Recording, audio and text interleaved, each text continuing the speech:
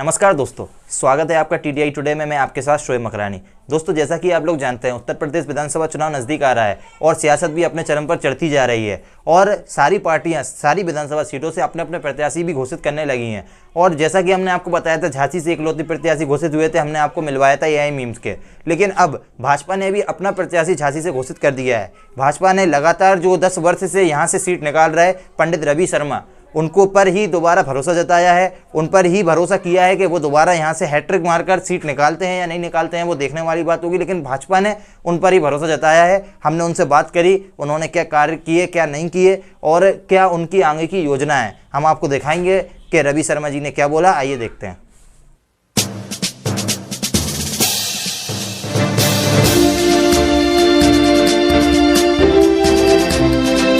Sir, सबसे पहले आपको बधाई जो आपका 2022 में भी टिकट हुआ। आपको बहुत धन्यवाद शोएब भाई। सर 2 स्टार थे, अभी आप अब 3 स्टार की तरफ बढ़ रहे हैं, तो क्या लगता है हैट्रिक लगेगी? देखिए, हैट्रिक तो पूरे प्रदेश में लगने वाली है। प्रदेश में एक बार फिर से योगी जी की और भारतीय जनता पार्टी की सरकार बनने को है। 300 प्लस जो पिछली बार हम लोग लेकर के आए थे, वो 300 प्लस इस बार फिर से हम लोग उसे दोहराने वाले हैं। तो निश्चित रूप से जिस पार्टी के मुखिया मोदी जी हों, योगी जी हों, तो वहाँ पर कोई विचार वाला प्रश्न नहीं बचता है। और इतना काम हुआ है इस देश में, इस देश की आज़ादी के बाद यदि वास्तविकता में आम जनमानस का, गरीब के कल्याण का काम हुआ है तो इन सरकारों में हुआ है। और यही विश्वास हमको जीत की ओर लेकर के जाता है। निश्चित रूप से हम लोग जीतने वाले हैं। सर झांसी की अगर हम लोग बात करें, आप 10 वर्ष से लगातार यहाँ पर विधायक रहे, तो आपको क्या लगता है कुछ ऐसे काम हैं जो आप अब जीत कर कराने वाले हैं या सारे काम हो गए? देखिए, चूँकि विकास एक सतत प्रक्रिया है और विकास कभी समाप्त नहीं हो सकता। डेवलपमेंट तो उसका कोई अंत थोड़ी है। और अच्छा और अच्छा और अच्छा लगातार होना चाहिए।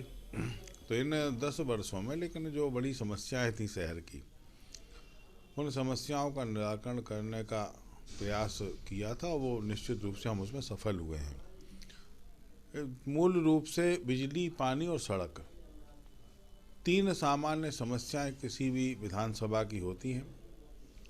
तो बिजली को लेकर के 237 करोड़ रुपए की स्काडा योजना के माध्यम से झांसी की बिजली का सुदृढ़ीकरण और झांसी में जो ओवरलोडेड सब स्टेशन थे उन्हें ठीक करके ओवरलोड अधिभार को ख़त्म करवाने का काम, नए सब स्टेशनों की स्थापना के साथ साथ झांसी महानगर के जीर्ण शीर्ण तार बदल करके आज मैं कह सकता हूँ कि पहले लोग बाग पावर हाउस पे इकट्ठे हो जाते जब बिजली चली जाती थी, नारेबाजी होती थी, जम्फर उड़ जाते थे क्षेत्रों में, मोहल्ले में।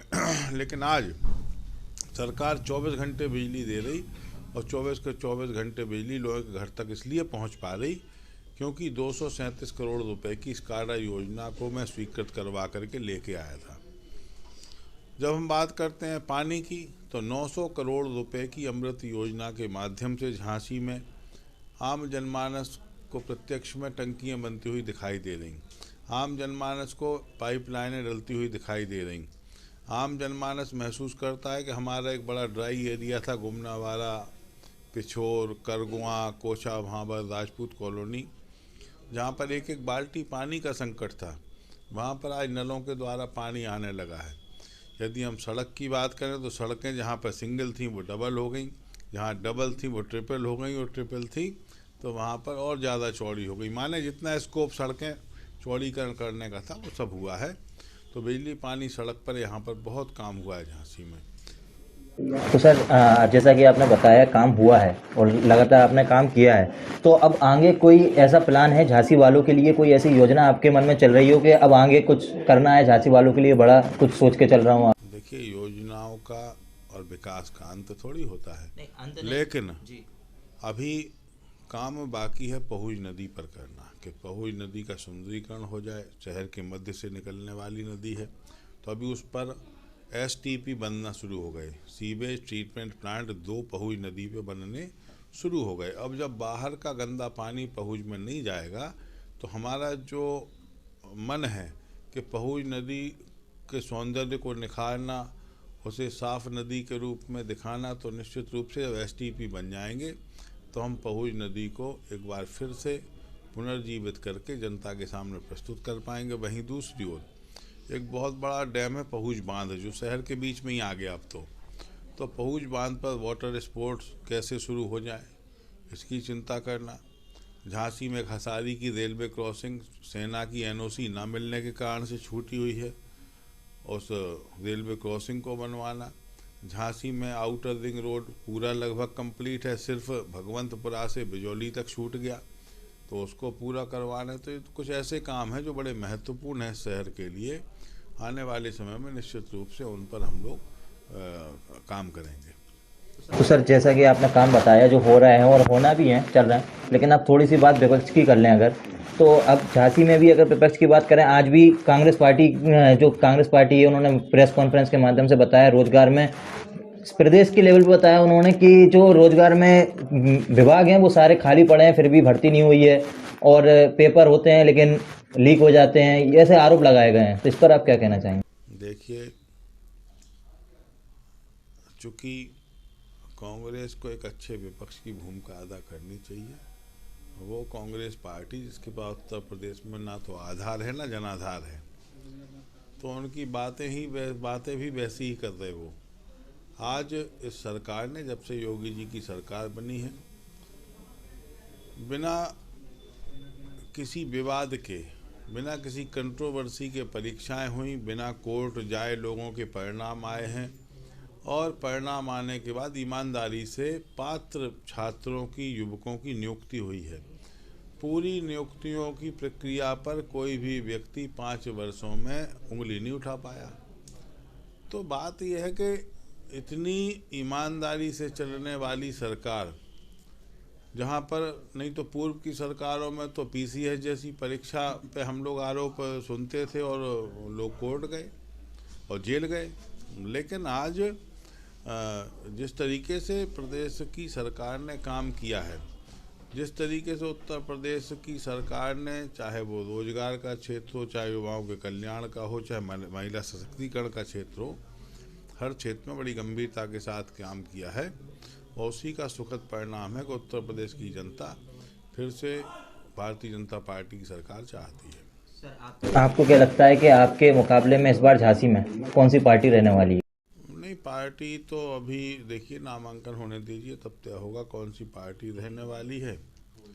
और हालांकि इस समय पूरे उत्तर प्रदेश में विपक्ष नदारद है, सिर्फ किसी चैनल के माध्यम से मैडम बोल रही, लेकिन मैडम की स्थिति तो ये है कि उत्तर प्रदेश में 10 सीटें नहीं मिलने वाली हैं, तो वो लोग बोल रहे हैं, बाकी कोई विपक्ष की जैसी भूमिका किसी की है नहीं, और निश्चित रूप से 300 प्लस से सरकार बनी। सर, झांसी से अगर बात करें तो जो आपके मुकाबले में पहले भी रह चुके हैं, समाजवादी पार्टी से सीताराम कुशवाहा जी प्रत्याशी के रूप में आ रहे हैं, तो आप उन्हें क्या देखते हैं? नहीं, सीताराम जी चूँकि पहले उनकी आस्था कांग्रेस में थी, फिर बसपा में हुई, अब सपा में हुई, तो अब जिसकी आस्था ही रोज बदल जाती है, उसके बारे में हम क्या बोलें?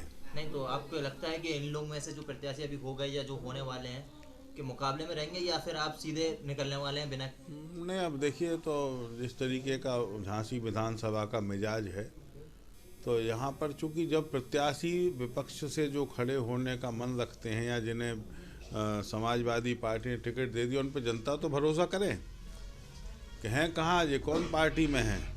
तो अब देखिए, रोज पार्टियां बदलना भी व्यक्ति के मन की अस्थिरता को व्यक्त करता है, और जिस व्यक्ति का मन ही स्थिर ना हो, उसके बारे में हम क्या कह दें। तो अब झांसी की जनता को आप क्या संदेश देना चाहेंगे हमारे चैनल टीडीआई टुडे के माध्यम से? देखिए, राष्ट्रवाद को मजबूत करने के लिए उत्तर प्रदेश में अराजकता के समाप्त खात्मे के लिए, गुंडा राज को दूर भगाने के लिए, माफिया राज से निजात पाने के लिए, सुशासन के लिए, राम राज की स्थापना के लिए हम सब लोग मिलकर के भारतीय जनता पार्टी को मजबूत करें। अपने घरों से निकल कर के 20 तारीख को राष्ट्र के लिए, अपनी आने वाली पीढ़ी के लिए, वो युवा जिसको अपने अच्छे भविष्य की कामना है, उसके अच्छे भविष्य के लिए उसकी नींव रखने के लिए अब की बार मतदान करना है। और निश्चित रूप से लोग घरों से निकलें और मतदान करें। सर धन्यवाद हमसे बात करने के लिए। ये थे हमारे साथ जो वर्तमान में विधायक हैं और अभी प्रत्याशी हैं भाजपा के, और इन्होंने बड़ी बेबाकी और संजीदगी से अपने सवालों के जवाब दिए। अब आगे और भी प्रत्याशियों से आपको बहुत जल्दी मिलवाएंगे। तब तक के लिए धन्यवाद।